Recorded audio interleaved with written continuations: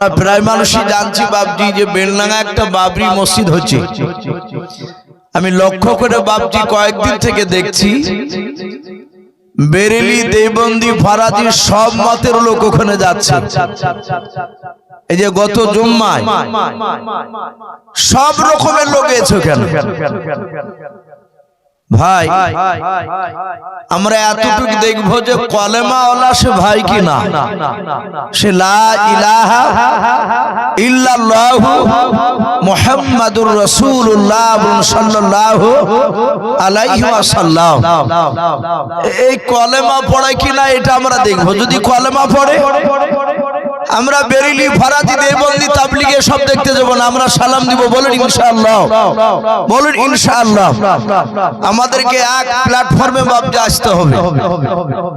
একটা মানুষ হাত উঁচু করে বলতে পারবে যে কয়েক বছর আগে বাবজি মিয়ানমার, যাকে মায়ানমার বলে আমরা জানি অনেকে, ওখানে প্রায় মোটামুটি বাবজি 53টা গ্রামের ওপর, যেমন আপনাদের এটা বারবাগনা সূর্যমণি নাকি বলছে সূর্যমাটি, এই যে একটা গ্রাম, এইরকম মিয়ানমার, যেটা মায়ানমার বলি আমরা, ওখানে প্রায় 200-র উপরে বাবজি গ্রাম, যেমন আপনাদের বাবলাবোনা, সীতানগর, পাশে গোয়াস, এদিকে কাশিমনগর, এইরকম বাবজি আপনার গ্রাম 200-র উপরে গ্রাম মুসলমানকে দুনিয়ার বুক থেকে বাবজি শেষ করে দিয়েছে। তাদেরকে কেউ বাবজি ইহুদি কুত্তার বাচ্চারা, তারা কেউ বাবজি আপনার তাজা হত্যা করেছে, আবার কেউ জীবন্ত আগুন দিয়ে বাবজি পুড়ে মুসলিমদেরকে শেষ করে দিয়েছে। ওখানে বাবজি একটা মানুষকে ছাড় দেয়নি যে ভাই তুমি হানাফি, তোমাকে মারবো না, তুমি ফারাজি, তোমাকে মারবো, কিংবা তুমি ফারাজি, তোমাকে মারবো না, হানাফি তাই মারবো, তুমি বেরেলি, তোমাকে ছেড়ে দিচ্ছি, মারবো না, দেওবন্দি হলে মারবো, কিংবা দেওবন্দি বলে ছেড়ে দিচ্ছি, বেরেলি হলে মারবো। কে বলতে পারবে? একটা মানুষকে ছাড়ে নাই। কর্কের টিন সাজিয়েছে বাপ, কর্কের টিন উঁচু করে ইট সাজিয়েছে, ইটের উপর কর্কের টিন দিয়েছে, টিনের তলে বাবজি ফাঁকা রেখেছে, দুই দিকে ইট সাজিয়ে ওই ফাঁকাতে রেখেছে বাবজি কাঠ, ডাল, পেট্রোল ঢেলে আগুন ধরেছে কাটে। 3 বছরে, 4 বছরে, 1.5 বছরে আমার মা বোনদের কোল থেকে দুধ খাওয়া বাচ্চাকে টেনে নিয়ে এসে কর্কের টিনে বাবজি ফেলে রেখেছে ওপরে, তলে আগুন দিয়েছে, কর্কের টিন লাল হয়ে বাচ্চা ছেলেদের চামড়া গুলো বাবজি গলে গলে, কোন বাচ্চা আল্লাহ বলেছে, কোন বাচ্চা আল্লাহ বলতে পারেনি, কথাই বেরোয়নি। তা কে মা বলে ডেকেছে, কে টিয়া বলে ডেকেছে, তাদেরকে দুনিয়ার বুক থেকে বাবজি জীবন্ত পুড়ে শেষ করেছে। আর ইহুদি কুত্তার বাচ্চারা, তারা দূর থেকে হাত তালি মেরে মেরে তারা আনন্দ করেছে। ওদের অপরাধ কি? ওরা তো কোনো অন্যায় করেনি, ওরা তো নিষ্পাপ মাসুম বাচ্চা। অপরাধ একটাই, মুসলিম ঘরে জন্ম নেওয়া। এই জন্য বাবজি খুব ঝামেলা হয়েছে। আর দলাদলির দিকে বাবজি যাব না, যে যা করছে করুক, আমরা এক প্ল্যাটফর্মে আসি, আমরা এক জায়গায় আসি। আজ সারা পৃথিবীর মানুষ যদি এক প্ল্যাটফর্মে হয়ে যায়, এখনো বাতিলের শক্তি মুসলমানের পায়ের তলে এসে মাথা ঠুকতে বাধ্য হবে। কিন্তু বাবজি আমাদের ঐক্য নাই, একতা নেই। তাই ভাই, এলাকায় বিতর্কমূলক বক্তা যে আসুক না কেন, কথাগুলো কেন বলছি, এই দেখেন সব মিডিয়া হচ্ছে, আপনার এই যে সব ইউটিউব হচ্ছে, হাজার হাজার লাখ লাখ মানুষ বাবজি দেখছে। এই লাইভ শুরু হয়ে গিয়েছে, ওদেরকে খোঁজ রাখেন, এখনই মনে হয় না হলো কয়েক হাজার মানুষ বাবজি শুরু হয়ে গেছে দেখতে। সকলের কানে বাবজি আওয়াজটা পৌঁছায়। আজ কেন আমরা বাবজি আলেম আলেমে যাব, কেন সালাম দেওয়া দিয়ে হবে না? আরে ভাই দুঃখ লাগছে, লজ্জা লাগছে, যাচ্ছি সালাম দিচ্ছে, উত্তর দিচ্ছে না। এটা করব না ভাই, আমরা দ্বীনি ভাই, বলুন ইনশাআল্লাহ। তাই ভাই দ্বিতীয়বার সালাম দিব, সকলেই ভক্তি ভরে একটু সালামের উত্তরটা দিবেন। আসসালামু আলাইকুম ওয়া রাহমাতুল্লাহি ওয়া বারাকাতুহু। মাশাআল্লাহ, আলহামদুলিল্লাহ, সমস্ত প্রশংসা হামদনা সাধনা ভজনা সে মহান রব্বুল আলামিনের জন্য, যে মহান রব্বুল আলামিন আমাদেরকে বড় ভালোবেসে রহম করে বিভিন্ন গুনার মজলিস থেকে বাছাই করে নিয়ে এসে হাড় হিম করা ঠান্ডা, আমার মনে হচ্ছে যে আজকে বাপজি কয়েকদিনের চেয়ে আজকে বেশি ঠান্ডা, বিভিন্ন কাজ থেকে ফারিক করে নিয়ে এসে মহান রব্বুল আলামিন তার দ্বীনি মজলিসে নিয়ে এসে বসার আমাদেরকে সুযোগ করেছেন, বসতে পেরেছি। তাই মহান রব্বুল আলামিনের দরবারে শুকরিয়া স্বরূপ আদায় করে বলুন আলহামদুলিল্লাহ।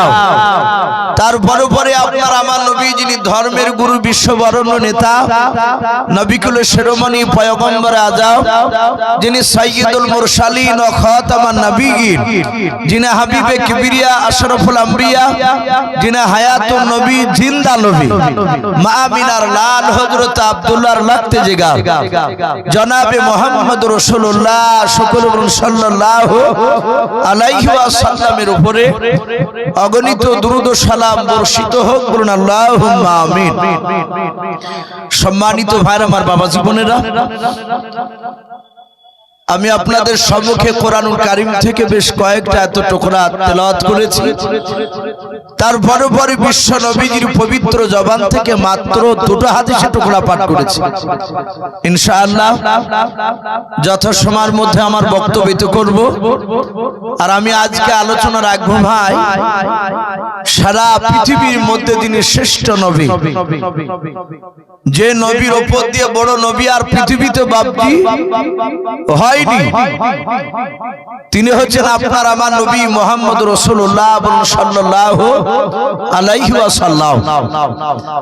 সেই নবীর বাপজির সংক্ষিপ্ত আকারে কিছু কথা, তার জীবনী বাপজি আমি আপনাদের সামনে একটু তুলে ধরব। ভাই, আমরা সকলেই জানি যিনি আমার রাসূল, তার নাম বললাম মুহাম্মদ রাসূলুল্লাহ সাল্লাল্লাহু আলাইহি ওয়াসাল্লাম। এই নবীজির আব্বার নাম ছিল হযরত আব্দুল্লাহ। আব্দুল্লাহর আব্বাজার নাম ছিল বনি হাশিম, না আব্দুল মুত্তালিব। আব্দুল মুত্তালিবের আব্বাজার নাম ছিল বনি হাশিম। বনি হাশিমের আব্বাজার নাম ছিল বাপজি আব্দুল মান্নাফ। আর গোড়াতে গেলাম, এই আব্দুল মুত্তালিব বনি হাশিমের ছেলে। উনি একদিন হঠাৎ করে বললেন, আল্লাহ তুমি যদি আমাকে এক এক করে যদি 10টা সন্তান যদি দান করো, আর ওই আবে জমজমের দ্বারার পানি যদি আমি উদ্ধার করতে পারি, তাহলে 10টি ছেলের মধ্যে একটি ছেলেকে তোমার রাস্তায় জবাই করে দেব। উনি ওয়াদা করলে, মানত করলে। মানত মানা বাপজি শরিয়াত অনুযায়ী জায়েজ আছে। শরিয়াতের বাইরে বাপজি মানত করতে গেলে সেগুলো বাপজি জায়েজ নয়। আল্লাহর রাসূল সাল্লাল্লাহু আলাইহি ওয়াসাল্লামের দাদা আব্দুল মুত্তালিব উনি মানত করলেন। একটা কথা আপনাদেরকে বলি, অনেক মসজিদের লোক বাপজি, এলাকার লোক দেখেন নিজের মসজিদকে ধুয়ে ওই হরিয়ারপাড়া হোসেনপুরে মসজিদে ছাগল নিয়ে যায়, সল্যাসী ডাঙায় নিয়ে যায়। শুনেছেন আপনারা? অনেক জায়গায় নিয়ে যায়। এ নিজের মসজিদ কে ধুয়ে অন্য মসজিদে যাওয়া, তার যদি আকীদা থাকে যে এই মসজিদের চেয়ে মনে হয় ওই মসজিদ চেয়ে ভালো, ওখানকার মনে হয় আল্লাহ আমাকে ভালোই করে দিবে, এই আকীদা বাপজি তার রাখা যাবে না। গোটা পৃথিবীর মধ্যে বাপজি 4টা মসজিদ দামি, বাদবাকি যত মসজিদ আছে সবারই মান সমান। হ্যাঁ, এবার জামাত যদি বড় হয় তাহলে ভিন্ন কথা, সেখানকার নেকি বেশি হতে পারে। আপনার সূর্যমাটিতে যদি 50,000 লোকের যদি জামাত হয় নামাজে, তাহলে অন্য মসজিদের তুলনামূলক অটোমেটিক এখানকার সব বেশি হবে। যদি আপনি ওই মসজিদে নিয়ে যান তাহলে আপনার মসজিদকে ছোট করা হলো। বাবজি ওই রকম মানত মানা যাবে না, বাদ বাকি আপনার নিজের মসজিদ আপনি খাওয়ান, অসুবিধা নেই। তা আব্দুল মুত্তালিব তিনি আল্লাহকে ডাক দিয়ে বলেন, আল্লাহ তুমি যদি আমাকে 10টা যদি সন্তান দিতে আর ওই আবে জমজমের ইদারার পানি উদ্ধার করতে পারলে 10টি ছেলের মধ্যে একটি ছেলেকে তোমার রাস্তায় জবাই করতাম।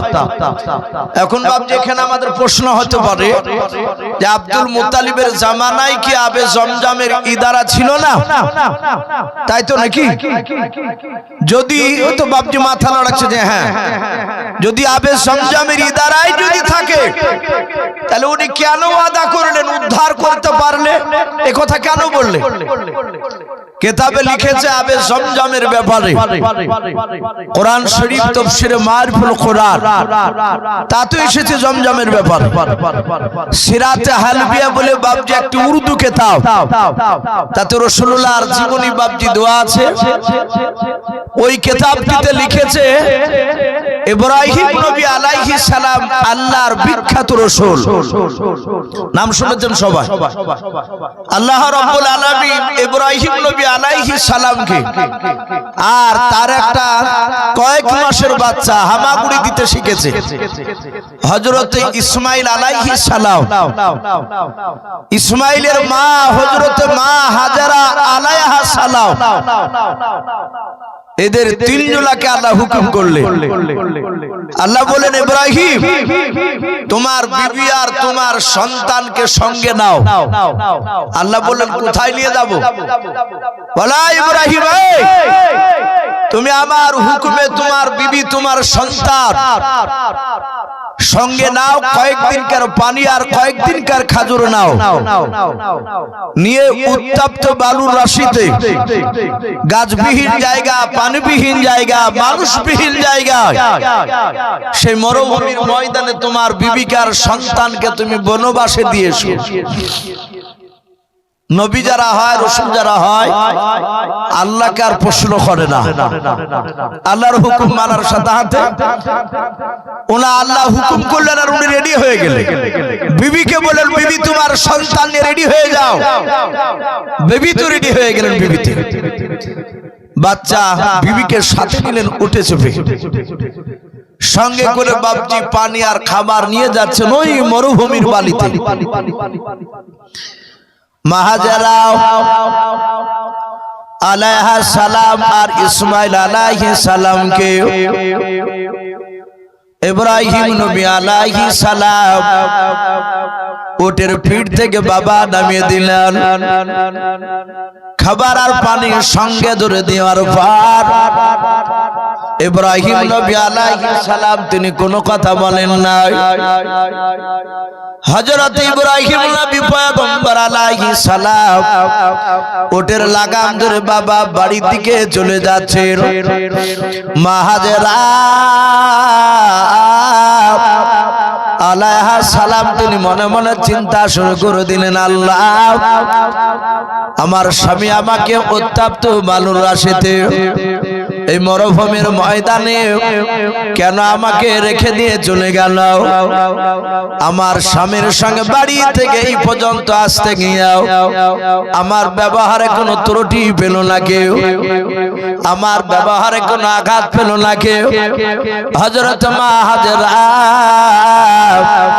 আলাইহা সালাম হাত কানা বাবজি আকাশের দিকে উঁচু করার পর আল্লাহর নবী ইব্রাহিম নবী খলিলুল্লাহ আলাইহিস সালামকে বাবা ডাক দিয়ে বললেন, ওগো আমার ইসমাইলের আব্বা।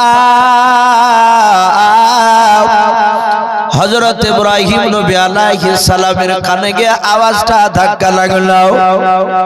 ইব্রাহিম নবী উটের লাগাম ধরে বাবজি তাকালেন, লাও সামনের দিকে সোজা চলে যাচ্ছেন।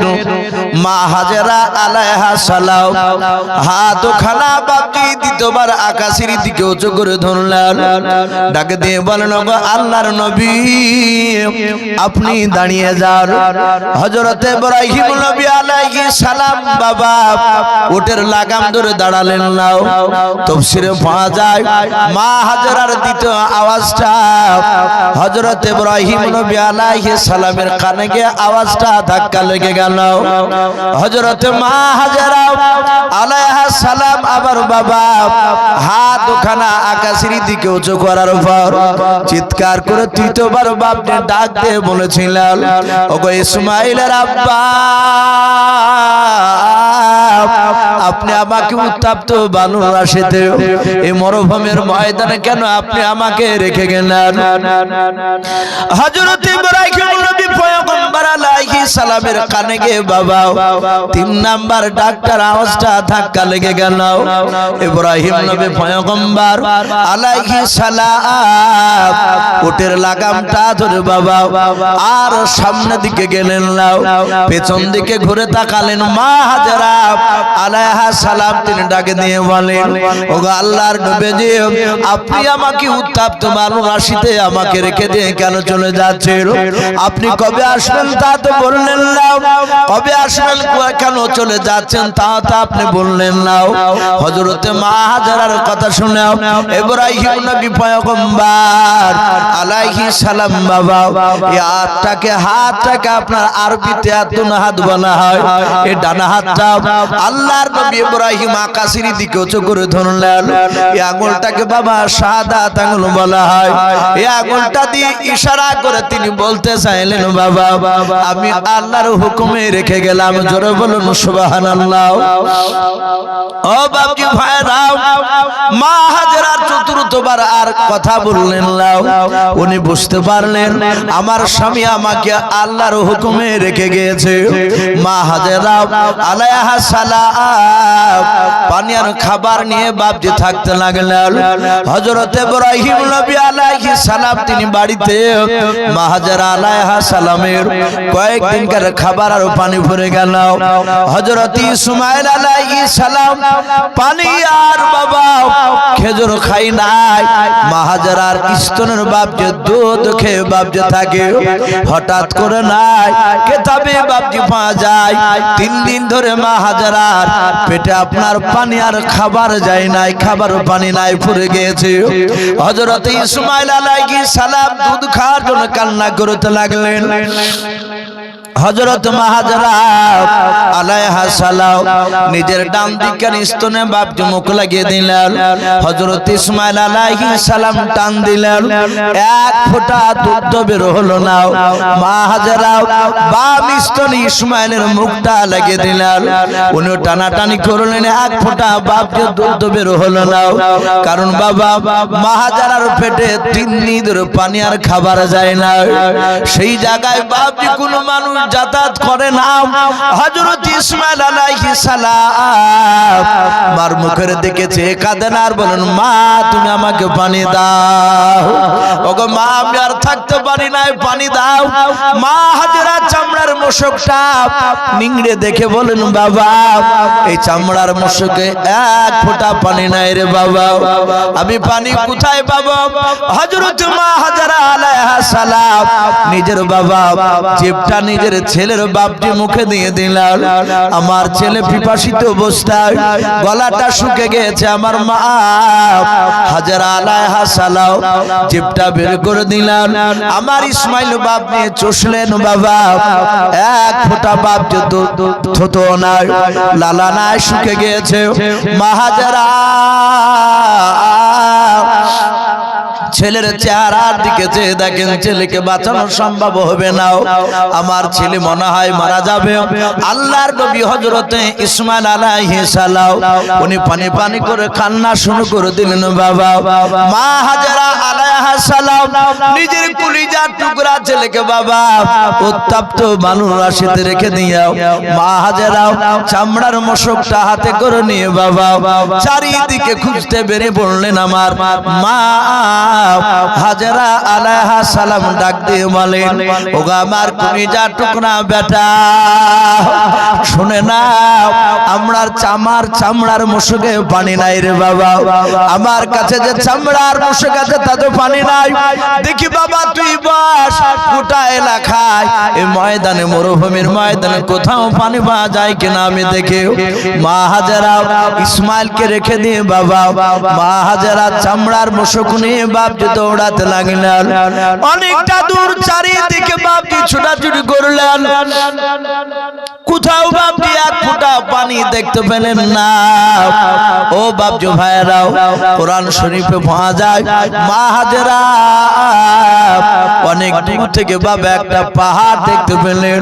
ওই পাহাড়টার নাম কোরআনে বাপজি পাওয়া যায় মারওয়া। হযরত মা হাজেরা ওই পাহাড়ের দিকে লক্ষ্য করে দেখেন বাবা, পাহাড় মারওয়া পাহাড় থেকে মনে হচ্ছে না পানির ঝর্ণা বাপজি বয়ে এসেছে। মা হাজেরা আলাইহা সালাম ওই চামড়ার মুশুকখানা নিয়ে বাবা, বুক ভরা আশা নিয়ে মা হাজেরা দৌড়ে চলে গেলেন পাহাড়ের চূড়ায়। মারওয়া পাহাড়ের কাছে গিয়ে দেখেন বাবা, যেই জায়গা দিয়ে পানি ঝরতে ছিল ওই জায়গায় কাছে গিয়ে দেখে বাবা পানি নাই। ওই জায়গাগুলো বাবা মরিচিকা, রোদ্রে তাপে বাবা পাহাড়ের মরিচিকা, দূর থেকে মনে হয় যেন পানি ঝরতেছে। ও বাবজি ভাইরা, ওই মারওয়া পাহাড় থেকে আবার চারিদিকে দেখতে লাগলেন কোথাও পানি পাওয়া যায় কিনা। মারওয়া পাহাড় থেকে আবার আর একটা পাহাড় নজরে পড়লো মা হাজেরা। তাফসীরে পাওয়া যায় ওই পাহাড়টার নাম কোরআনেও পাওয়া যায় রে বাবা। ওই পাহাড়টার নাম হচ্ছে সফা। মা হাজেরা দূর থেকে মারওয়া পাহাড় থেকে দেখলেন, মনে হলো ওই পাহাড় থেকে বাবা পানি ঝর্ণা বয়ে এসেছে। মা হাজেরা চামড়ার মুশুক হাতে করে নিয়ে বাবা ওই সফা পাহাড়ের কাছে দৌড়ে গেলেন। ও পাহাড়ে গিয়ে দেখেন বাবা মারওয়ার মতো বাপজিকে ঘটলো, ওখানে বাপজি পানি নাই। পাহাড়ের মরিচিকা গুলো দূর থেকে রোদ্রে বাবা পানি মনে হচ্ছে না। ও বাপজি ভাইরাও, আপনারা দেখবেন আপনাদের এই যে গোয়াস থেকে বাবা এই যে গোধন পাড়া যে বাপজি আপনার রোডটা, এই রোডে বাবা আঁকা বাঁকা যদি না হয়, 2 কিলোমিটার যদি রাস্তা সোজা হয়, ও বাপজি ভাইরাও চৈত্র মাসের সময় দুপুর 12টার দিকে আপনি ওই রাস্তার দিকে একটু তাকাবেন।